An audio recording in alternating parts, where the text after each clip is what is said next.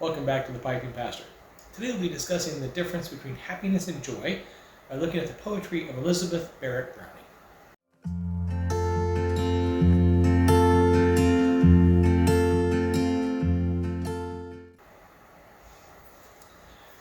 Well, today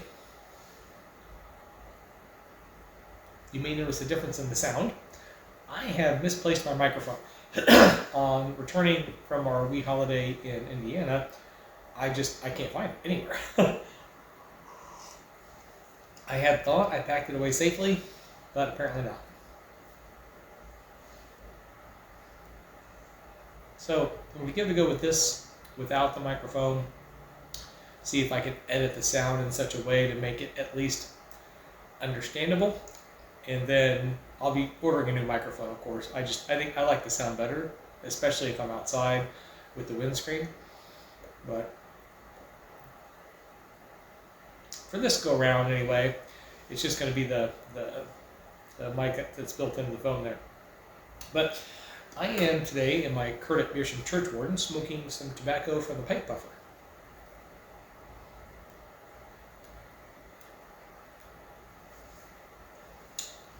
I mentioned I stopped by there to get some Borkum Riff as a gift for my friend Rich. And while I was there, I said, you know, what blends do you have that you do here in the non-aromatic vein? He's like, well, what do you like? And I said, well, I'm a big fan of Latakia. So he points me to this jar. They're Balkan Supreme.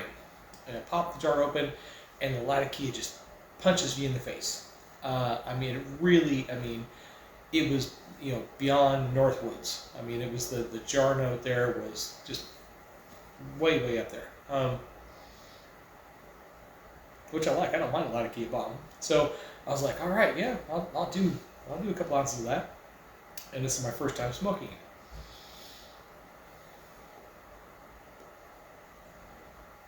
I have to say, the jar note is more distinguished than the taste.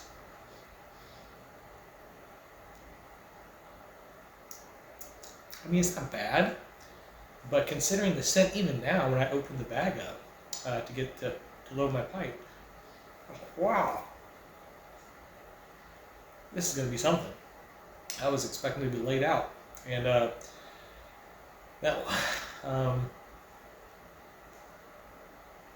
Now, I'm pairing this with a rather strong espresso, so there is that.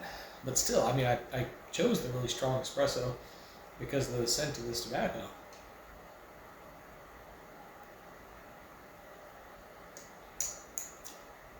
It's not bad, but just, it's, not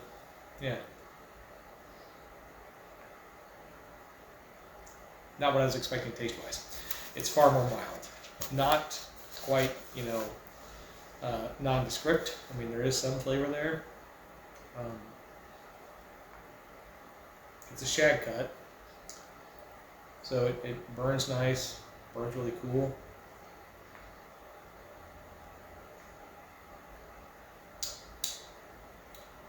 Just don't know if the flavor is really it, Probably wouldn't get this again, but I got a couple ounces to get through, so I'll smoke it up, and I might mix this with. I've got some Burley No. 4 from Cornell and Diehl. I might mix these two together. We'll see what that looks like. We'll experiment a little bit. What you do when you get a tobacco that you're like not overly fond of, you give it a go with something else. And if it still doesn't work, you pay it forward. So, but I thought we'd talk a bit today about happiness and joy, because I do think that there is a difference. Happiness is an emotion. It goes up and down. It goes back and forth. It comes like kind of all over the place. Something can make you happy one moment, and then happiness can just fleet away and be robbed you the next. Joy, I think, is something deeper, something ontological, something spiritual. There is something powerful in joy that we can carry through times of sadness and depression.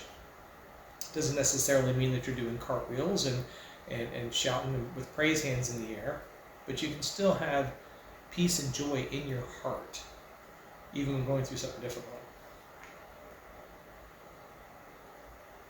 But people often conflate the two. And being joyful, being full of joy, they equate to being happy and lighthearted, which is not always the case.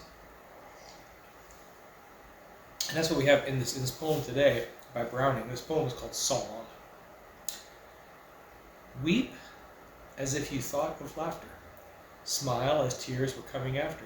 Marry your pleasures to your woes, and think of life's green, wealth well worth its rose. No sorrow will your heart betide, without a comfort by its side. The sun may sleep in its seabed, but you have starlight overhead.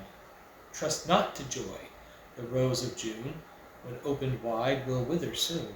Italian days without twilight will turn them suddenly to night.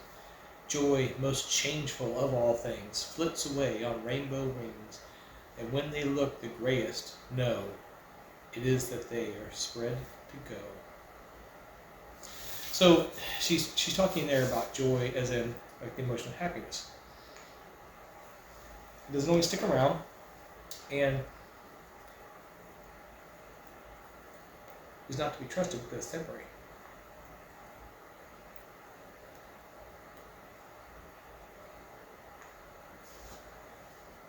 That is not joy.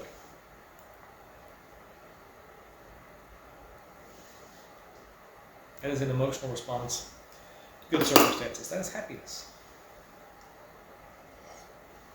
When it says in the Bible, "Count it all joy, my brothers, when you are undergoing persecution."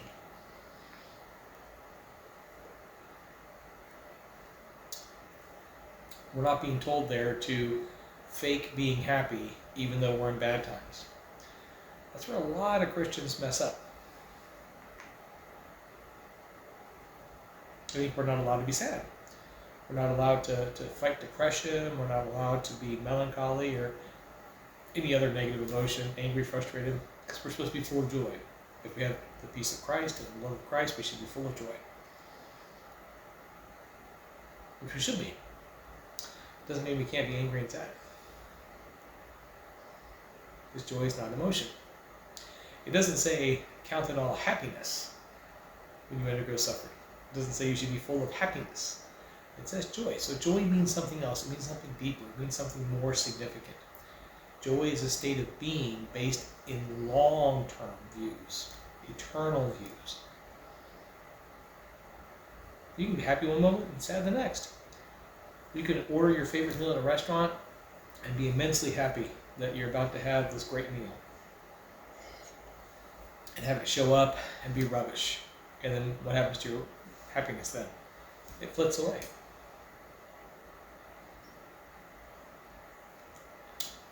You can be happy just having a good day, and one phone call, in 1 minute, can change all your happiness to depression and sorrow.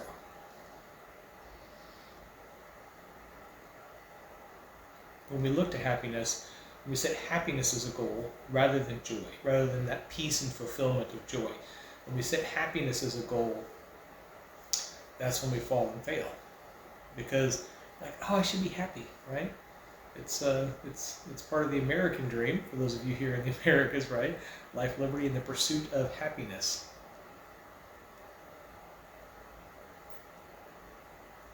So we think we should be happy. We're entitled to happiness. No, we're not. Not entitled to happiness. We have a birthright of joy if we follow the fulfillment of the Spirit. So that joy can carry us through difficult times. And it doesn't matter if we're happy or we're sad, because we still have joy. We can still look to the core of things. That's when we can say circumstances may change, this or that may happen, bad stuff can go off, and it's okay, because we have joy.